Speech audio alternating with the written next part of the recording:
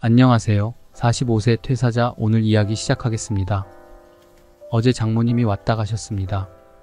장모님 음식 솜씨는 최고입니다. 김치를 담그셨는지 김치 한 포기와 철원 오대살을 놓고 가셨습니다. 감사한 마음에 마음 한켠이 찡해집니다. 정성이 담긴 김치 한 포기 그 안에서 많은 걸 느끼며 하루를 시작합니다. 오늘은 45세 퇴사 시그널에 대해서 최애 음식인 떡국과 장모님이 주신 새로 담근 김치를 먹으며 몇 가지 떠들어 보겠습니다. 45세의 퇴사를 결심하기까지 상사와의 깊은 감정의 골과 몇 번의 욱하는 심정에 불같이 붙은 부분들이 결정적 요인이긴 했지만 2년 정도의 기간에 저한테는 퇴사 시그널이 있었습니다. 그게 무엇이었을까 생각해 봤는데요. 첫 번째는 오르지 않는 연봉이었습니다. 어디 내놓기도 부끄러울 4천만원 언저리 연봉이 몇 년째 유지되고 있었기 때문입니다. 300만원 정도가 계속 유지되면서 본부장 역시 연봉 통보 때 놀라긴 했습니다. 아니 당신이 이거 밖에 못 받는다고? 내년엔 이야기해서 올려줄게라는 말까지 들은 적이 있었습니다. 하지만 그 약속이 지켜지지 못한 것이 팀장에게 계속 평가를 최하 등급을 받고 있었습니다. 평가 등급을 어디 내밀 수 있어야 연봉이 상승하는데 그러지 못한 것입니다. 본부장하고 심도 있게 팀장과의 이슈를 상담해봐도 난처해하는 모습이었고 본부장 역시 갈등하는 모습이었습니다. 저에게 인상될 연봉은 후배 직원들에게 뿌려지는 것을 계속 묵도하면서 퇴사 시그널을 강하게 느끼고 있었습니다. 성과를 내는 일은 어렵지 않았습니다. 왜냐하면 다들 그러듯이 직장생활 10년 정도 하면 짬으로 보이는 부분이 있어 도같트는 부분이 있었기 때문입니다.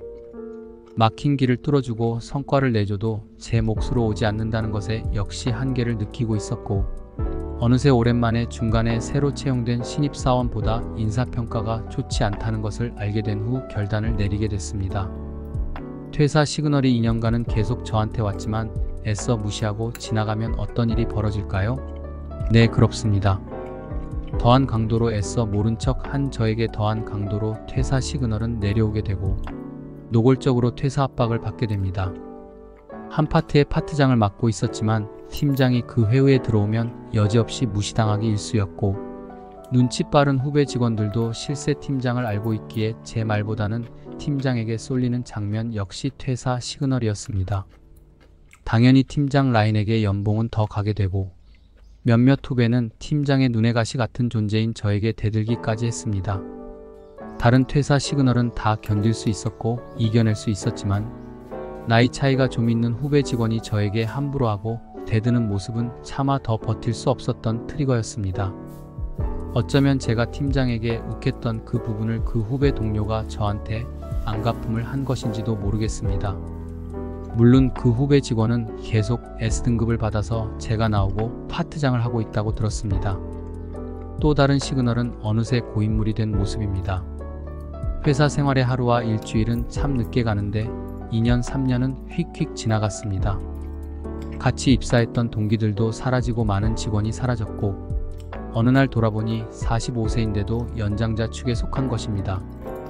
업계에 따라 다르겠지만 제가 일하던 직종은 관리자들 제외하고 50대가 많지 않았고 30대에서 40대 초반이 많았습니다.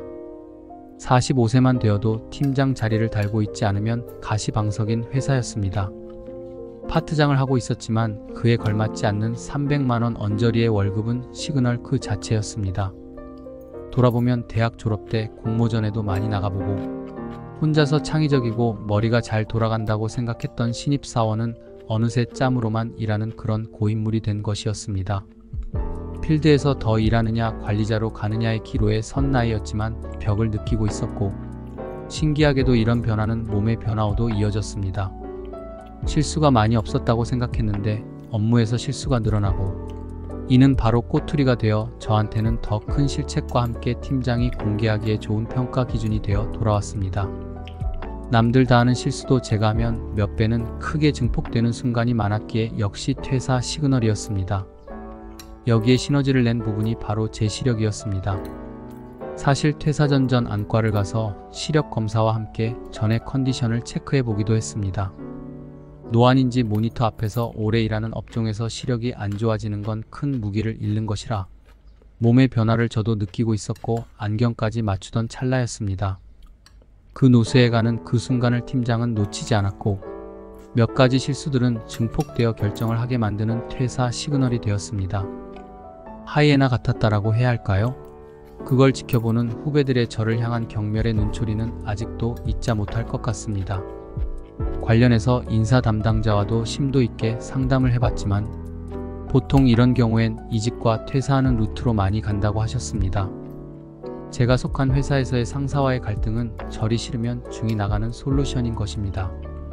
그래서 덕분에 이런 넋두리라고 해야 하나요? 이런 소재를 떠올리게 되고 얼마나 많은 분들이 여기까지 접근해서 시청해 주실지는 모르겠지만 이렇게 한 어떤 실패한 퇴사자의 이야기를 전할 수 있게 됐습니다. 많은 방송과 책에는 45세에 성공한 임원과 성공한 자영업자 스토리가 가득하지만 그런 것들을 보면서 이렇게 중도 탈락한 45세 이야기는 너무 흔해서일까요? 아니면 거들떠도 안 볼 소재라 뒤편에 이렇게 변두리 채널에서만 남아있을지도 모르겠습니다. 한편 오르지 않는 연봉과 상사와 혹은 후배, 직장 동료와의 트러블이 쌓이고 체력적인 45세 몸의 변화가 시작되면서 퇴사 시그널을 경험하면서 한 가지 더 있었습니다. 바로 잠을 잘 못 잔다는 것입니다. 직장 스트레스가 있다 보니 8시 출근하는 회사에 가기 전에 새벽에 여러 번 깨는 게 일상이었습니다. 새벽에 혼자서 깨서 한숨을 쉬고 새벽에 그래서 깨면서 한 취미가 가끔 새벽 4시 44분에 깰 때가 있었는데 그걸 캡처해서 신기해하곤 했습니다. 이런 내용들도 다 시그널이었다고 생각합니다. 이런 기저에 몇 가지 시그널들이 겹쳤고 때문에 욱한 부분도 있었지만 퇴사를 결정하기에는 어렵지 않았습니다. 또한 와이프와도 지속적으로 이야기를 나눴고 지켜보면서 누구보다 제 이야기를 잘 들어주던 아내였기에 미안했지만 이야기를 털어놓게 됐습니다. 회사에서는 어느새 제 이야기가 잘 안 먹히고 통하지 않고 고인물 늘다리가 됐지만 아직도 제 이야기에 귀담아 주던 아내가 있었던 것입니다. 아내는 하고 싶은 대로 하라고 했고 더 회사 다니다가는 무슨 일이 일어날지 모르겠다고 걱정을 했기 때문입니다. 저 역시 상사들을 더 악마화하고 있었고 험담이 늘었고 돌아보니 그런 고인물의 모습이 과연 20대 파릇파릇했던 입사 초기의 모습과는 너무 멀리 온 자신을 보고 결정을 하게 된 것입니다. 남은 것은 45세 퇴사와 320만원의 월급 그리고 퇴사하는 날 마음 맞는 동료 3명과의 술 한잔이었습니다. 짐을 싸고 컴퓨터 옮기는 날 함께 있어주고 도와준 후배 동료를 잊지 못할 것입니다.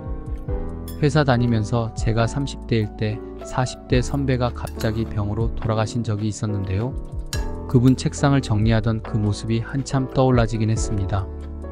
제 상태와 감정 그리고 심리적으로 많이 고갈되었고 이런 심리적인 퇴사 시그널들을 어느새 제가 수요하고 있었고 제 아내과 그리고 일부 동료들에게도 전달하며 저는 퇴사를 준비하고 있었던 것입니다.